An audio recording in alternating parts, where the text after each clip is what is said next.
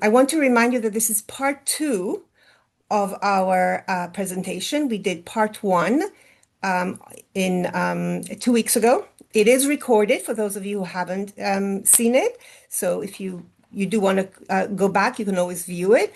It is built, this particular part is built on the information, but it can be still useful if you haven't seen the first part.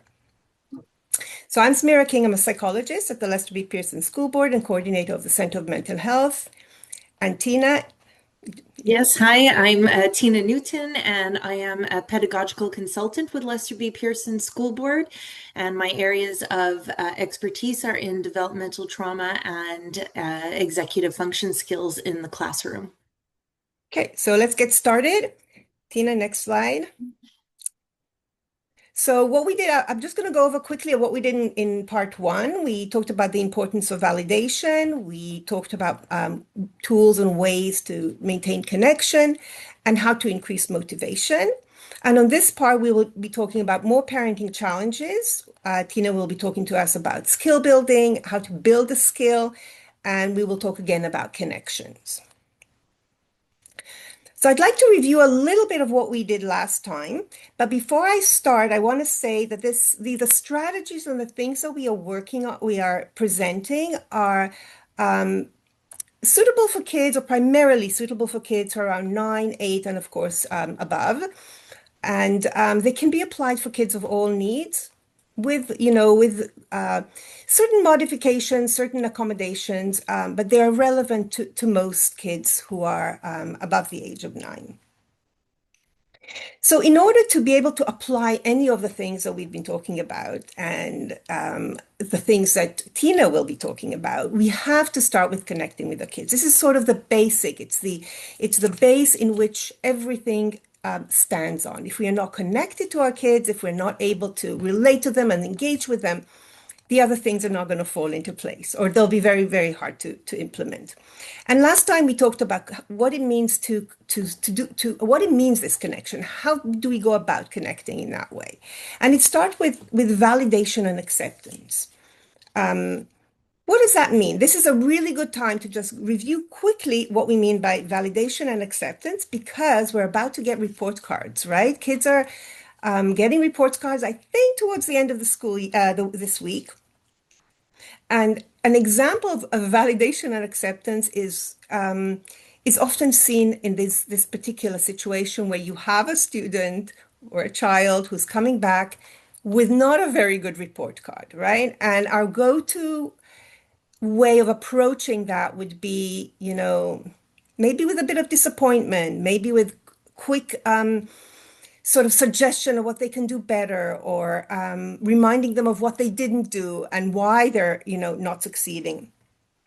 And validation and acceptance would look like starting off with, well, we know this is hard. We know that you probably want to do better. And we know that this is disappointing for you, right? That's validating their feelings. We don't want to start with the other stuff. So validation is about accepting what you might not agree with them, you might not necessarily see eye to eye, but you're accepting how they feel, you're accepting the situation, and you're doing so without judgment, you're doing so without minimizing, and then you can go about doing the other stuff that we need to do. Next bullet, Tina, which is really listening. Okay, why is it that this situation has arisen? Why is it that you're struggling? Maybe you can think about what you need to do with the situation.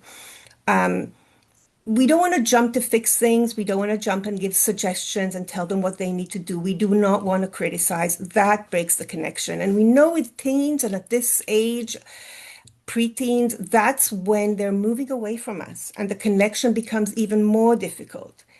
So this is the time to start working on making sure that whatever we can do to maintain some form of connection, maybe it's not going to be perfect, but we can continue that connection and have some dialogue with our kids. So stay curious, avoid judgment, and just have better conversations. That means using open-ended questions.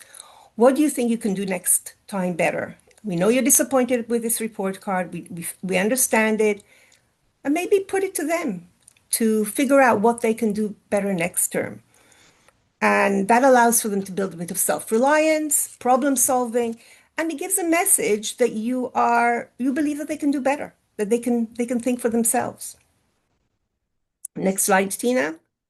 So the other thing that we discussed last time is what really is good performance? What does it entail when we want our children to do something well, whether it's related to academics, doing chores, being able to speak up for themselves, whatever the performance or the skill that we want them to do. And that entails motivation to do what they need to do and the ability to do it. So if they have the motivation and they have the skill, they have the ability, then they should do well. Often they have the ability, but not the motivation. And we did talk last time in the webinar on ways to increase motivation. If you still want to go and look at that again, or if you haven't seen it, we encourage you to go and do that. And today we will be talking about abilities, right? Those kids who may have motivation or are reduced motivation because the abilities are so lacking. How do we help them function better? How do we increase their skills and help them function a little bit better? So I'm going to pass it on to Tina, who has a lot of knowledge and expertise in this area. All Go right. ahead, Thank you Tina. very much, Zamira. I appreciate that.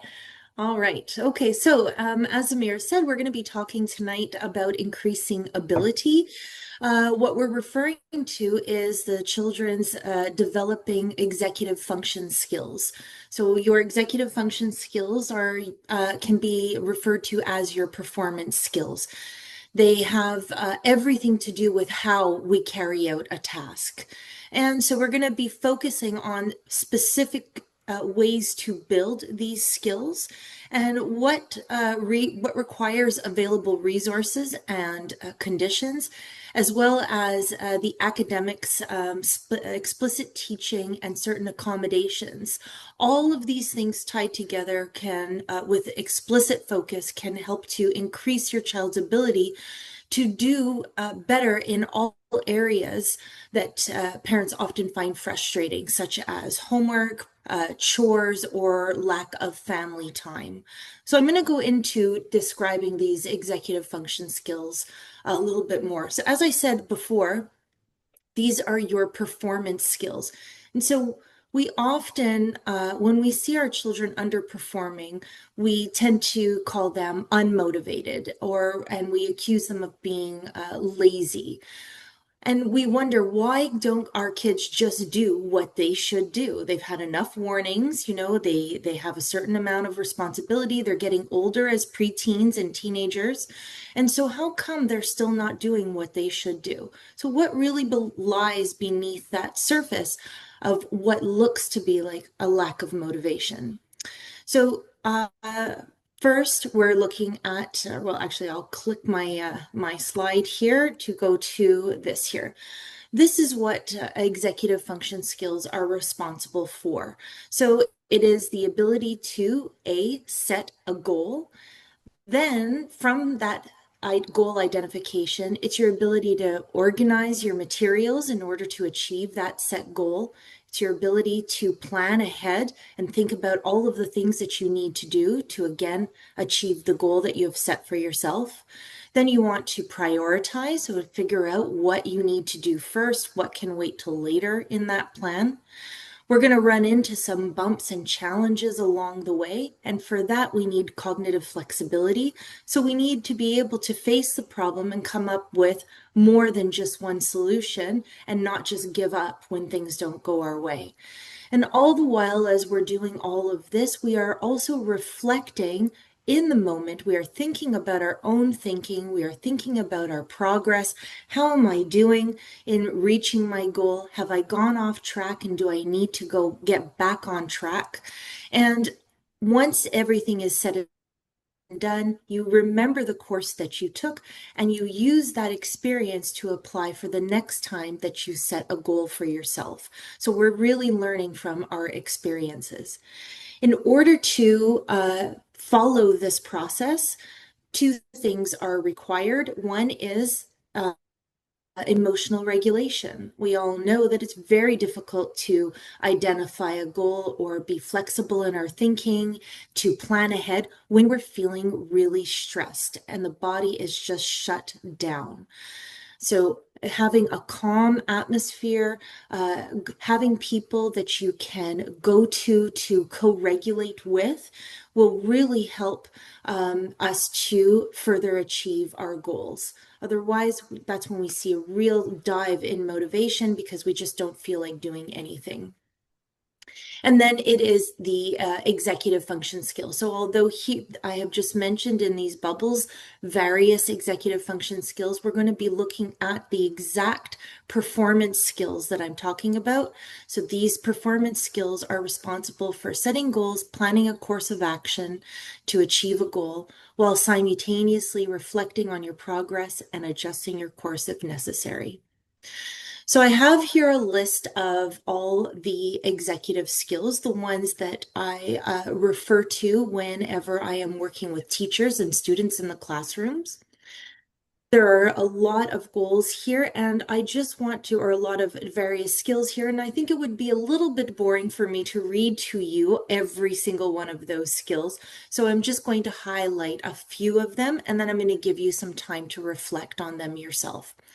I just want to mention before I jump into the skills that your executive function skills are not fully developed until you are 25 years old. And of course, that is give and take.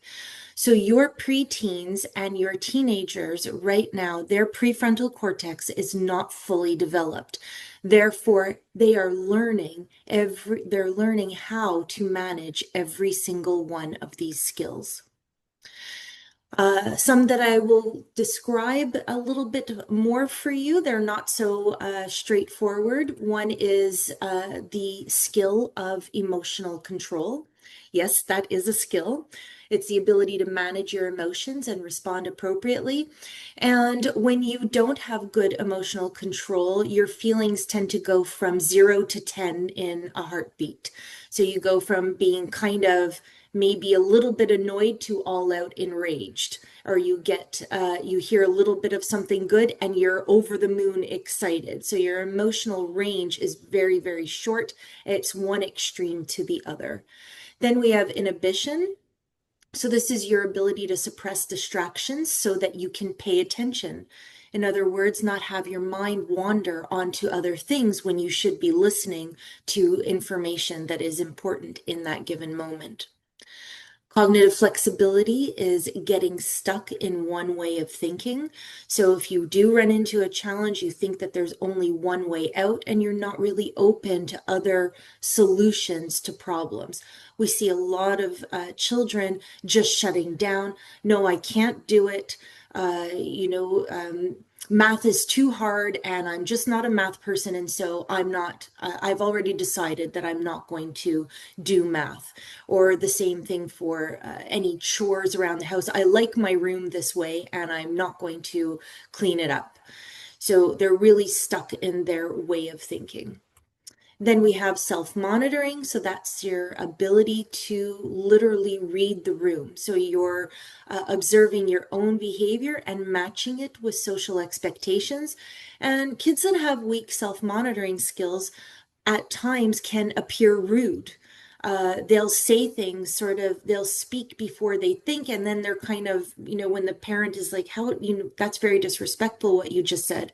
And they genuinely look surprised at your reaction. In their mind, it wasn't rude. So they're not evaluating the entire situation. They're just thinking from their own perspective and not reading the situation well. I'm going to jump over to working memory.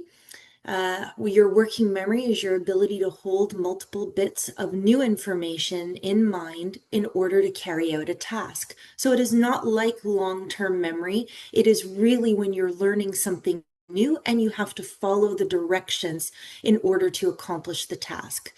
It's kind of like whenever you get a new recipe. So if you have your old recipe for making a fantastic pasta sauce, you don't really need to use your working memory. In that case, you would use your long-term memory. But if you've just received a recipe, from a friend of yours, you're going to have to constantly check each ingredient and its amount. You go and do the task. then you come back, you read the instructions again, and you move forward. There's a lot of checking back and forth, and that's because we can only hold a very limited amount of new information in our mind while we're trying to do a new task. And then we have planning and prioritizing. So that's the ability to plan and prioritize what is needed to reach a goal. It's literally like creating a to-do list of what needs to happen entirely, and then of all of those bits, which ones need to happen first in order to get the job done, done well, and done on time. Sorry. So what I'm going to do now is I'm going to give you just about a minute. What I would like for you to do is really have a read through all of these skills, but think of your own child in mind as you're reading through them. I'm sure you're going to find a lot of familiarity in these skills in terms of your child's own behavior. So we'll give a minute for that.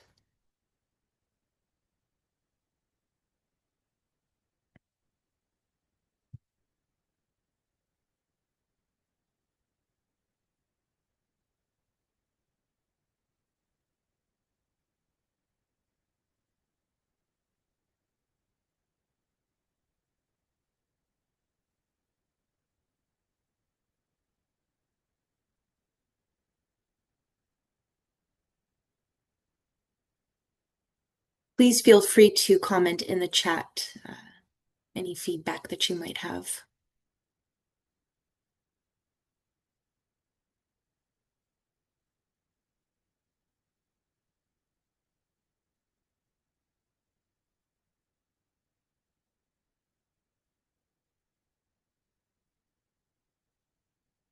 All right, so a minute has gone by, and of course we'll be sharing this presentation with you, so if you haven't had a chance to read through it all, you will have some time to do so afterwards.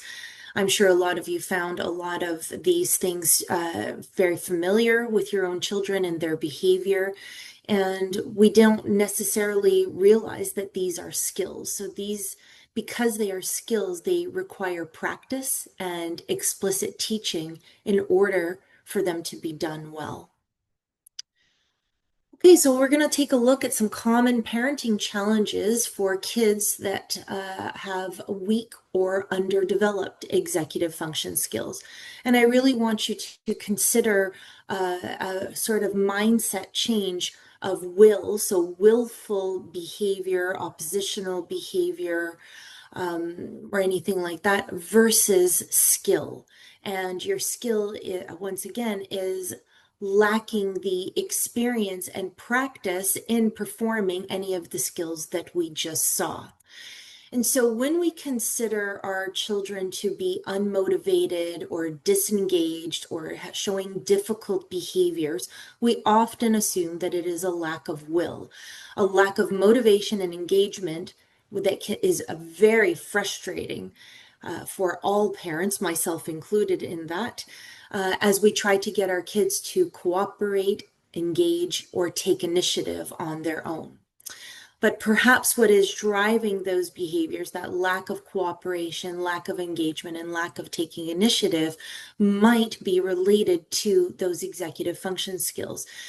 So these skills that the children need to manage those demands of cooperating, engaging, and taking initiatives are still being developed. So they are currently under construction. Again, the prefrontal cortex is not fully developed until 25 years old. And that is why we'll see perhaps what is driving the lack of cooperation, engagement, and initiative taking is emotional dysregulation. Maybe it is task clarity. They don't really understand the big picture of what is going on. That would be related to things like goal-directed persistence, self-monitoring, metacognition. And then we have, again, with the goal-directed persistence, there's self-reflection. Can I reflect back on my performance and really understand my own behavior versus what the demand was that was being asked of me? And because we're talking about weak or underdeveloped executive function skills versus the will, right? To do something, but instead these lack of this strong skill base. This is the reason why rewards and threats and lectures end up losing power over time. A reward and a threat or a parent lecture will give the child short-term motivation because they really do want to please. But these rewards and threats and lectures don't actually build the skills. And so the motivation will appear very high. I don't want to get punished. I really want to go to the movies on the weekend, but I don't actually know how to carry out the demand that you're asking me to do.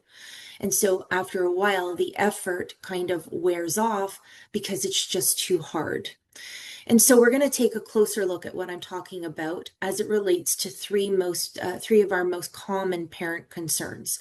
The first one being homework, the second one being chores, and the third one being family time. All right, so with homework, let's start dissecting there.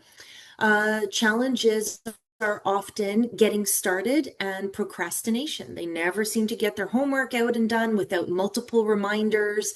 You're always after them. Come on, let's go. I'm sure you have a lot of work to do. I don't want you to fall behind. And we're kind of, chasing them to do what they need to do. The tasks that or the skills that lie beneath getting started and procrastination are actually two very common executive function skills called task initiation and planning and prioritizing. So if the child has weak or underdeveloped task initiation skills, then the child might actually not know where to start for a school project.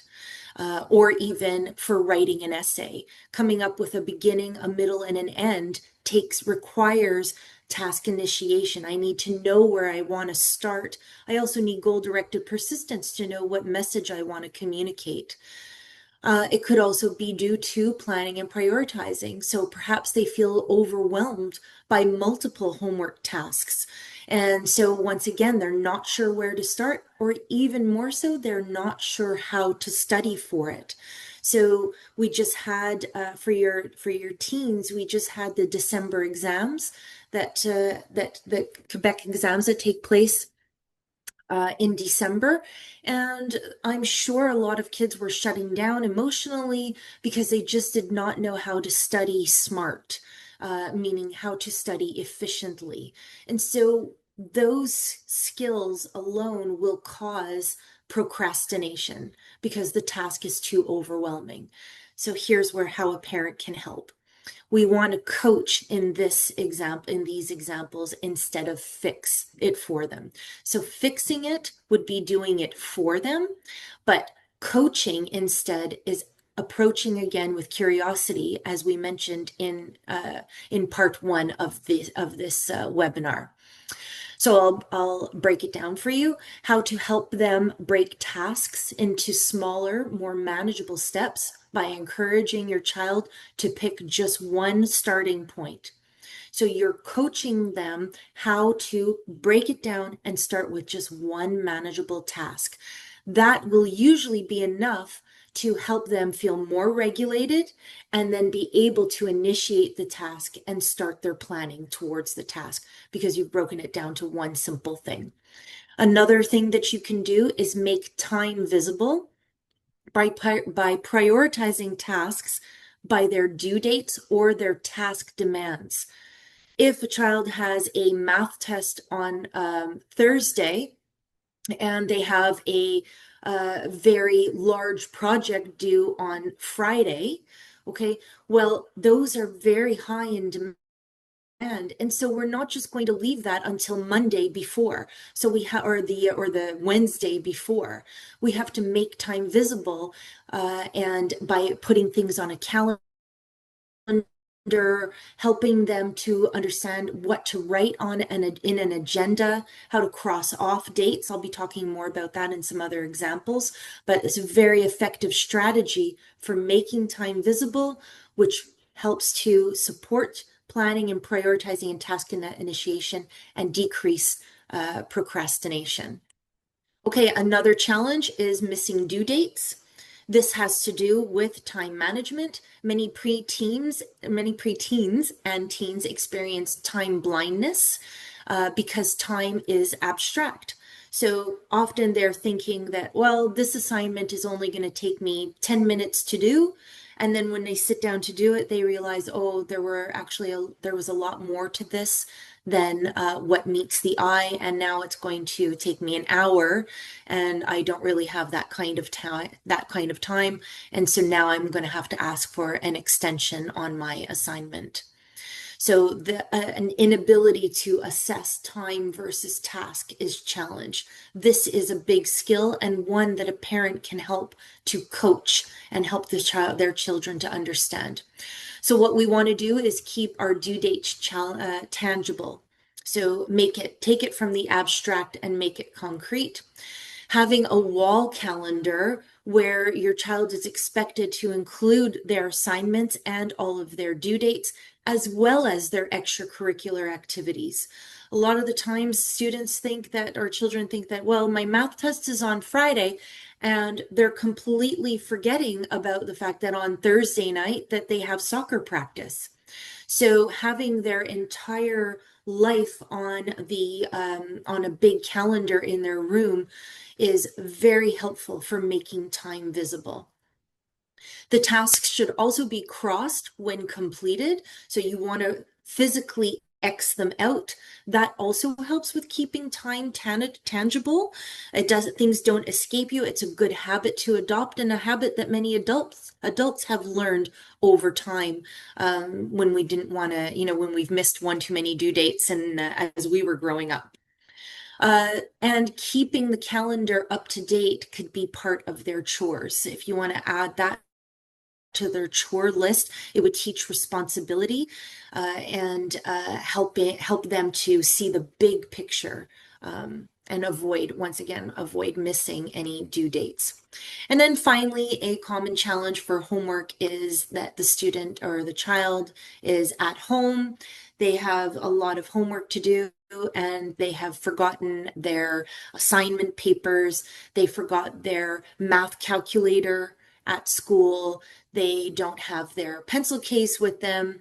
So their materials are messy, disorganized, all over the place, and they cannot easily access important information when it's needed.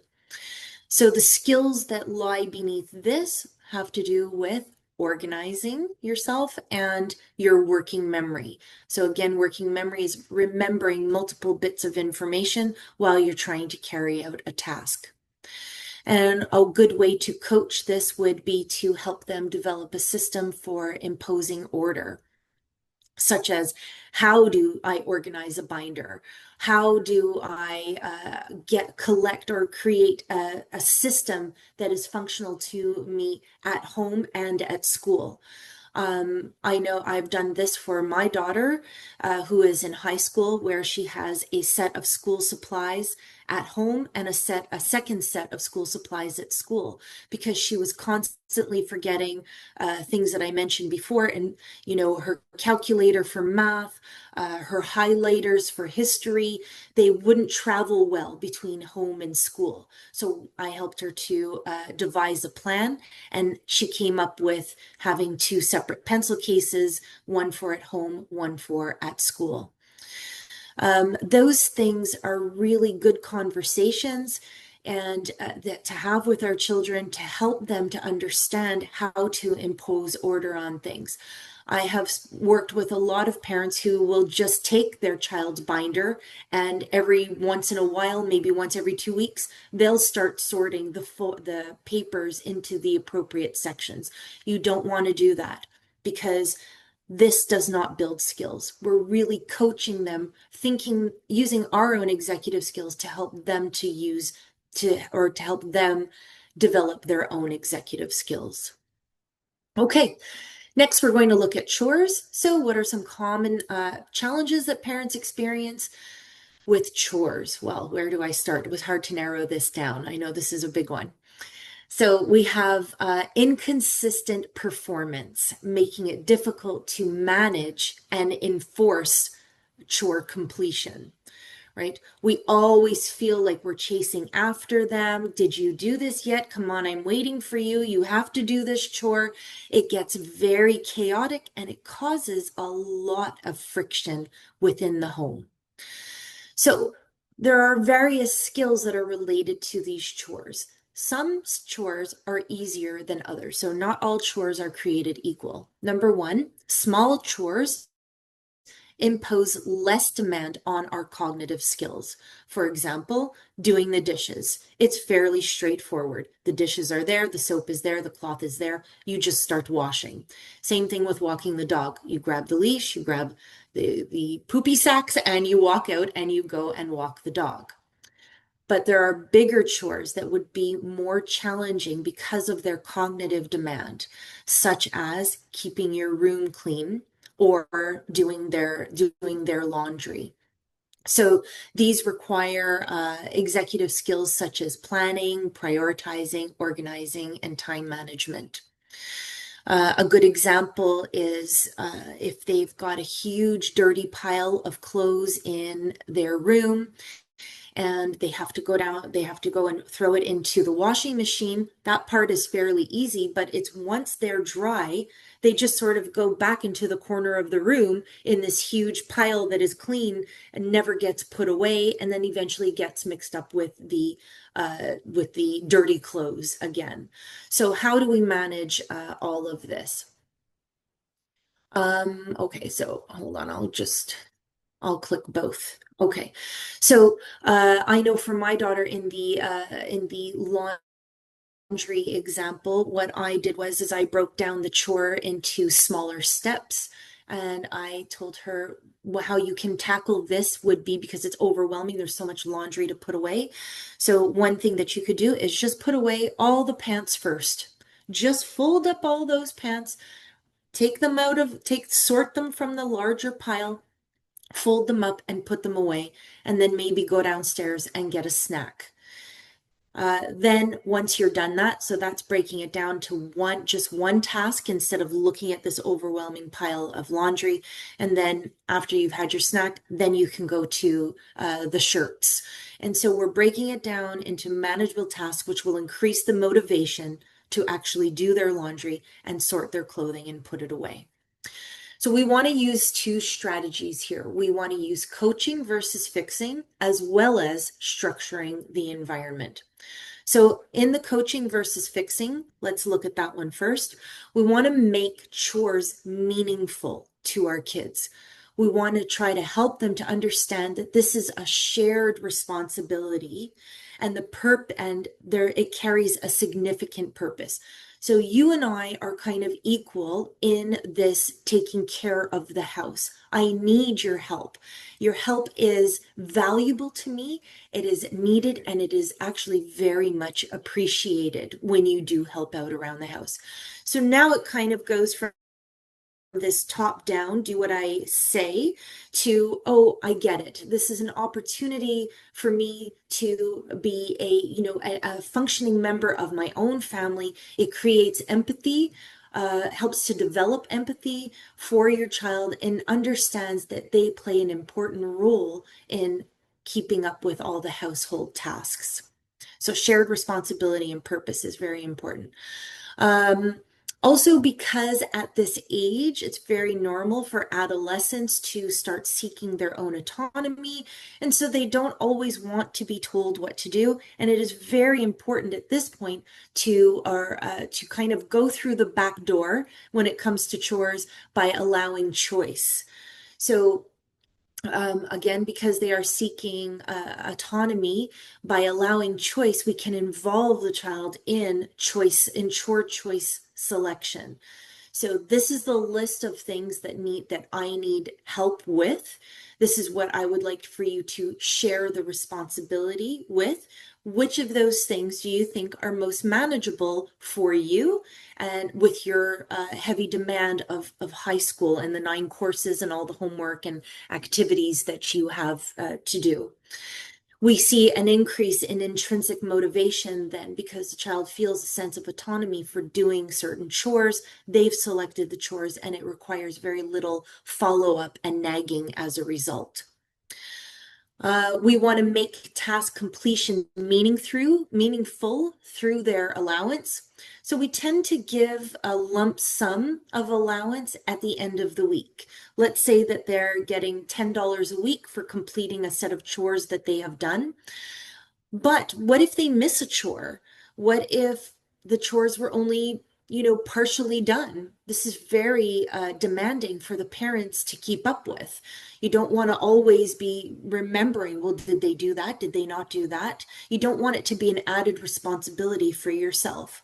So, what I suggest, and it actually is more motivating because it's an immediate reward following the chore, is after each completed chore, they get a portion of the allotted allowance. So, and you would put that in token form, check mark form, or coins in a jar, something like this. So if they've got 5 chores to do, then and I said that they would get $10 at the end of the week. So then that's $2 a chore. And each time they do it, then you can check it off in order for them to earn their whole $10. And if not, well, maybe they only get $2 at the end of the week. And at least they can see it growing. Okay, now that was coaching versus fixing. So let's now move to structuring the environment. We want to establish consistent routines. Anything that is predictable to your teen will be done by your teen. If it is not predictable, then because their executive skills are still developing, they are going to be distracted, they are going to feel overwhelmed, they're not future thinking very well, so it kind of will lead to inconsistency. A routine alleviates all of that demand because it just becomes part of their everyday interaction, and it's predictable. So, for example, every morning it is your chore to make your own bed, and it should be done at that time. And during this time, we're coaching our kids to do that, but we're also structuring the environment. We've broken the environment down to a specific time when the chore needs to be done. After school would be when they do that calendar update, right? They would have to write in all of their tasks as well as their extracurricular activities. They would have to go and cross out as the strategy that I had suggested in the previous slide. They do that as soon as they walk in from school. It becomes part of the routine. You want to have an after school homework start time plan established. You want to have no phone during homework. So the phone is related directly to a certain point and time in the day and associated with a task. You can keep that phone in an agreed upon place. So for example, if you're going to do your homework in your room, the phone stays in the kitchen. And when you have a break or when you need a little bit of a break, you come down to get a snack, you can check your phone, but it needs to remain in the kitchen until your homework is completed. If we do this every day after dinner, they do their own dishes. In the evening, the phone is handed in 1 hour before bed. I say 1 hour before bed because our bedtimes are not always consistent for our teens. If they've got a lot of homework and they need to stay up a little bit later, if they have a game on a certain night and they have to stay up a little bit later. So weekdays versus weeknights can be inconsistent. The best way to keep it consistent is by identifying 1 hour before they go to bed, they would have to hand in the phone. So the predictability of the routine decreases the challenge. Then we've got weekly routines. So for example, if part of their chores is taking out the garbage and garbage day is on Thursday, then Wednesday nights, they can mark this in their calendar, it is garbage night. Thursdays, maybe it is where you discuss what are some grocery items that we need? What would you like for snacks this upcoming week at school? Maybe what are some supper ideas? And Fridays, in my opinion, are the best days for teens to do their laundry because then their school clothes are ready for Monday, as are their weekend clothes for whatever events they have going on the weekends. So Fridays after school would be that. Okay. Now we're going to move on to the final area of a challenge, which is family time. So, during family time, it can be especially challenging when you start to see your preteen and your teen spend most of their time in their bedrooms or in a space in the house by themselves. Another challenge is their phone or device consumption. It tends to increase, right? This is how they connect socially to their peers, and therefore this often interrupts our family time. It's a very difficult time. Adolescence is a very difficult time because for parents, because we start to feel our kids actually pulling away from us, and it's very emotional. And it's even triggering for our own selves to help to understand what this sudden pull away from is, where it's coming from. And so I'll just go on to the skill. So it is very natural and not personal for adolescents to pull away from their parents. As they get older, their brains are hardwired to seek independence and autonomy. So adolescents may pull away and stop wanting help because they want to make their own decisions. They create space from you to practice being independence. And although this might feel like rejection, it is very normal, and it doesn't mean that they don't want or even need your support. They just want to be more autonomous and independent. And so, to make up for how do we respect this want for autonomy and independence and still get family time? Here we would really structure the environment. So we've got family rituals. So, for example, Sunday night dinners. These are non-negotiable. On Sunday nights, we eat dinner as a family. Maybe a family game night. Maybe on Thursdays we play cards or we play some kind of game together, or even just a family TV show like Survivor or La Voix. The Olympics are on now. The Olympics is a great time to spend together as a family as you cheer for your most favorite team. So, those are great ways to implement family time. We want to make sure that this family time, there is relational safety during this time. So you want to prioritize building a safe, judgment-free space. Avoid giving advice unless your child asks, and to use this time to practice this three-step validation model that we talked about during session one. And of course, we want to impose some phone boundaries during our family time as well. Okay, so I'm going to finish up with this last slide here, and it's talking about maintaining high expectations through coaching versus coercing. So really, what does coaching do? You've heard me talking about coaching these in order to build these executive function skills. So coaching builds autonomy through authentic skill-based experiences. When you're coaching, you're building skills. Also, it allows your child to experience failure. So that failing is really good. It's an important point in adolescence. And it leads to self-reflection, responsibility, effort, persistence, and intrinsic motivation. And it also, with coaching, there is the absence of pressure, reward, or threat, and therefore allowing the relationship to feel safe and open for communication. Whereas coercing actually decreases motivation. It teaches kids to rely on external control. It creates weaknesses in self-responsibility and ownership.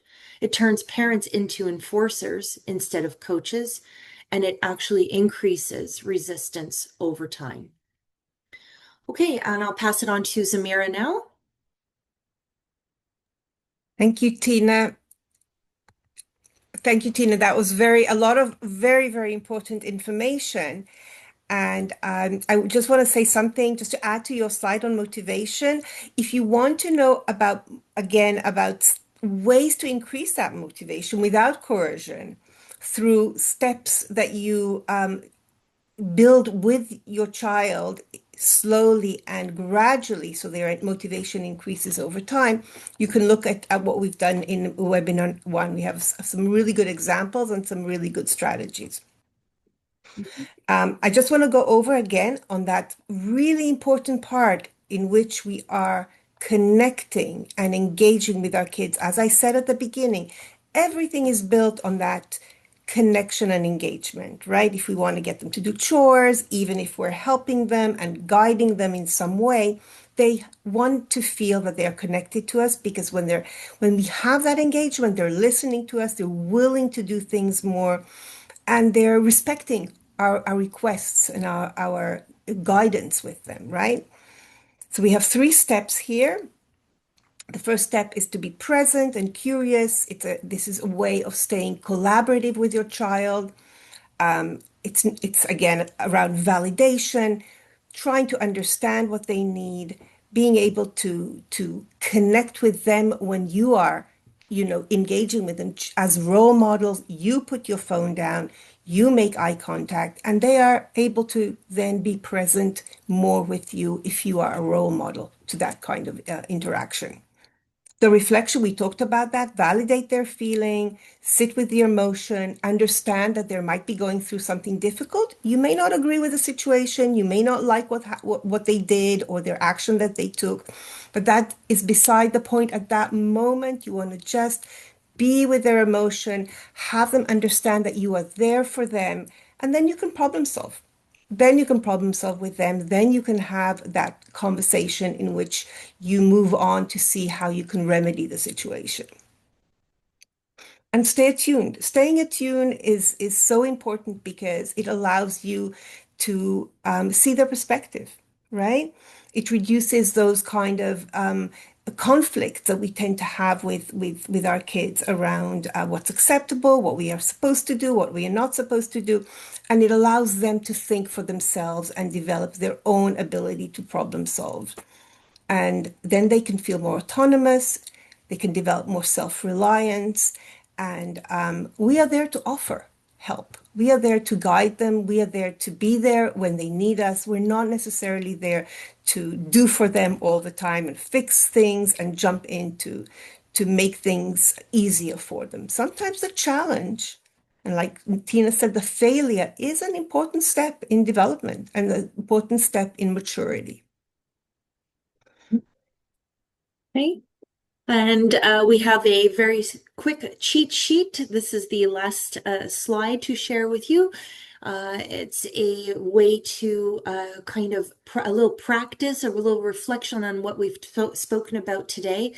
We want to communicate with curiosity, as this creates opportunities for emotional regulation, autonomy, competence, connection, coaching versus fixing, as well as helping to create a structured environment where your children can be successful.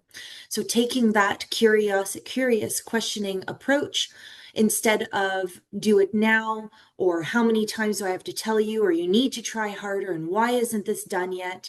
We want to try instead say things like, what's your plan for getting this done? So we can see very clearly from these examples that we're not fixing, we're eliciting their own opinions and encouraging reflection and helping them to foster that, grow that development, that independence and autonomy for what will I do with this situation. And I just want to leave you with these 2 goals to try this week. So number 1, it would be to regulate first, regulation through these questions. I think that, as we could see from the beginning there, or the first slide of instead of do it now, how that would be very emotionally dysregulating. I know that whenever I've said things like that to my children, it does not necessarily end so well. But by asking them instead, well, what is your plan? Immediately the defensiveness goes down. And from there, I maintain a high expectation of effort. So although I'm coming in a little bit more gentle, I'm increasing that autonomy and independence through emotional regulation. The expectation to follow through is still quite high. So regulate first and then expect the effort after. And then, as much as you can, replace least one reminder. The next time you go to remind your child about their chores or about their homework, try one question instead, and you can pick from the list that is there. So we All have a right. few minutes. Yeah, we have a few minutes left for questions. Please feel free to put them in the chat. I just before we while we wait for some questions, we did get a lot of questions when people signed up, and I just want to point out the questions. There were some questions related to anxiety, to emotional difficulties, to perfectionism, and those are things that we did not cover in this particular webinar. We did do quite a bit of that in our last series, which was done last year, and you can certainly go and view that again. It's still available. We had a lot of good strategies for parents experiencing anxiety and emotional difficulties. So we invite you to do that. And then a lot of the questions, we geared our these webinars to a lot of the questions that were asked. So I'm hoping that many of them were answered throughout these two webinars. But feel free to put in the chat any questions that you have at this time. I don't see any questions. I'm just assuming that we were so clear and you have a lot of the questions answered. We will be sharing with you the slides from both of our webinars. I think actually the first one was already shared. Am I correct, Danielle? Yes, we did send that out. Yes. Yeah. So we are going to be sharing that, and we have also a handout with some information that you can always look back on and with examples that will help guide you with these kind of tips that we've been sharing.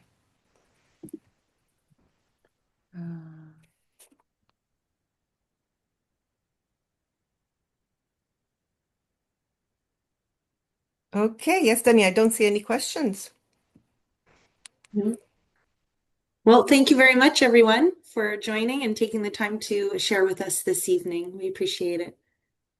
Okay, bye everyone.